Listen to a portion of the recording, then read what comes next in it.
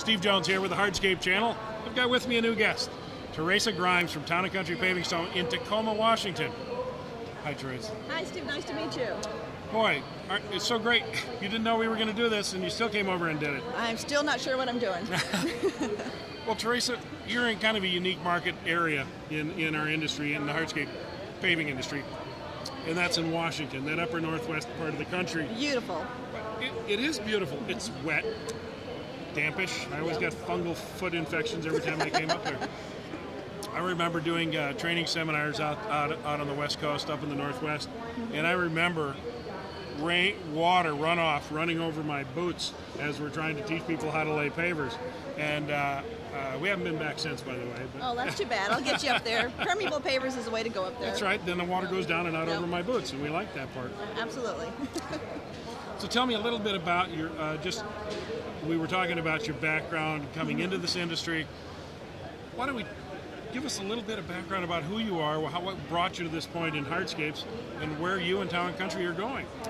Well, Town & Country Pavingstone, I opened that business about 6 years ago after working for a competitor in the area. Prior to that, I had sold windows, siding. My ex-husband was a home builder, so home building, the construction industry is what I wanted to stay in. I actually was leaning towards decorative concrete, took some classes, and saw a little workshop in Pavingstones and said, this is it. Just like this alarm went off, I knew this was the future. I also knew what it was to be eco-friendly, and it was something I could guarantee for life instead of concrete, which you can't. You can guarantee that it will get hard and crack. So, tell us about the scope of your business and the kind of work that you do. I do a lot of design consulting for my homeowners. I do patios, driveways, retaining walls, walkways, primarily 100% hardscapes. I'm looking into getting into turf because it's getting... You're going to do the soft side now too? Yeah, people are asking about it. It's also easier money, I'm afraid to say. I didn't think it would be popular in Washington since it's so green naturally, but apparently maintenance or lack of maintenance or less to worry about is what people want. And what I'm looking also into expanding is outdoor living systems. Oh, okay. Turns out, even though it rains 8 months out of the year, when it's not raining, we live outdoors. Rain's out. Let's get outside. Let's Hurry. Get outside and barbecue. Won't be here long. Oh, that's great. Well, what's the scope of your business? I mean, do you have many people? How many? I use subcontractors. I have 3 crews. I do have one foreman that's been with me for the full 6 years. I would like to, I'm considering going towards employees, but right now the crews are working for me. I do supply a trailer and some equipment just to keep them more efficient. So and get your name out there. And get it's my a nice name out rolling there. Billboard. It is, absolutely. It's just a little 14-foot trailer, but it's better than a yard sign. I do about 100 plus jobs a year right now. Okay. From walkways to driveways. I would say 2010 was my best year. Last year was a bit slow. The economy is starting to pick back up. Okay. Right now I have 2 crews going, and in the summer I have 3. Very good, very good. So, pavers, retaining walls, hardscapes. Do you integrate natural stone into your projects? I haven't yet, no. Really? Okay. That's one of my favorite things these days is the integration of another material that is so complementary to concrete and clay. Yeah, I mean, I've done some walkways, but only if it's already part of a hardscape job. Gotcha. I don't go out for that 100%. Well, the margins for natural stone work are substantially more typically than you'll get. Right. So when you're looking for that, looking for profits, it's a great way to go. Lots of room to grow. This convention has been amazing. I'm learning a lot of stuff. I'm learning what products I can add for better productivity, for better bottom lines at the end of the year. So I'm here to learn. Well, we talked a little bit when Frank Gandora introduced you to me just a minute ago. We talked about training and education. Right. And one of the things that once we're done with the interview, I'll show you our training school, the School for Advanced Segmental Paving, was really the effort of the best contractors in our industry, and we put that together 6, 7, 8 years ago. And it's been unfortunate. The economy has really put a damper on some of that, but we still we still persevere. Right. We still hold classes. We have our instructors come in, and we've got a great facility. So it's a good way to pick up on efficiencies. It's a good way to pick up some concepts, techniques, and things, real ones. Most of the seminars and stuff, it's a watch me do this, or it's a look at the pretty pictures and right. This is what I did. We spend 20 minutes up in the classroom, and the other 4 days we're down in the pit. Wait a minute, is this hands-on? Oh, yeah.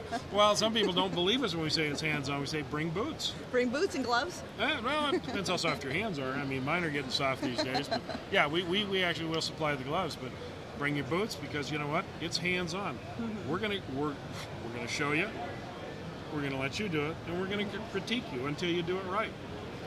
And it isn't about where our information and where our techniques and methods come from is not from Steve Jones or from Pavetech or anything else. Mm-hmm. We promote the best methods of installation, skills and techniques that are available. Not from us, from the entire world. From the industry. You know, the Probst Company, our vendors, from guys like Frank. Frank mm-hmm. has participated in the school for a long time.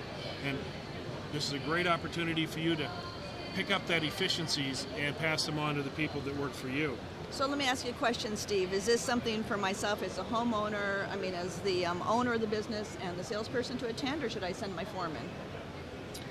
You know, and I know money's money. Ideally both, but... Exactly. I don't know how involved you are day to day in the field operations. I try to walk the job site almost every day. Depends on the size of the job. So at every Where does the skills knowledge come from for your company? Does it come from you and imparted to your superintendent or foreman? Yes, to both. They have some skills that I rely on them, but I'm the designer and I want to be sure they're installing what I sold. Also, if they, let's say, moved from Washington, from Florida, they might be installing things differently. Oh. Wrong. So, Yeah. So I do provide them a manual and a handbook and a photo album of what I like, the patterns, the colors, Well, the border. Theresa, in that case, I would say you, mm-hmm. because your company is not that large yet, right. and as it grows, the base, the reference point that everything is set, your quality standards, the knowledge base, it resides with the owner, right. and it starts with you. And only you can impart that, and only you can set the quality standards to hold your people accountable for.